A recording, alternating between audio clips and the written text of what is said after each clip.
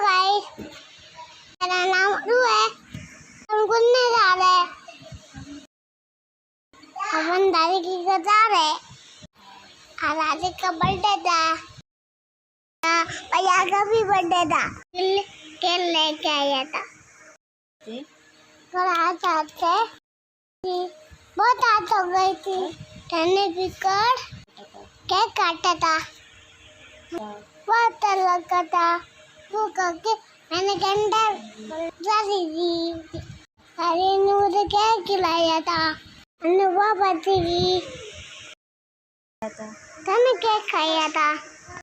मैंने दादू को भी केक खिलाया था। मैंने दादा को भी केक खिलाया था। गलती थे तो वीडियो भी ले। आप सब चैनल को लाइक करो। वीडियो को सपोर्ट करो। सबको शेयर करो।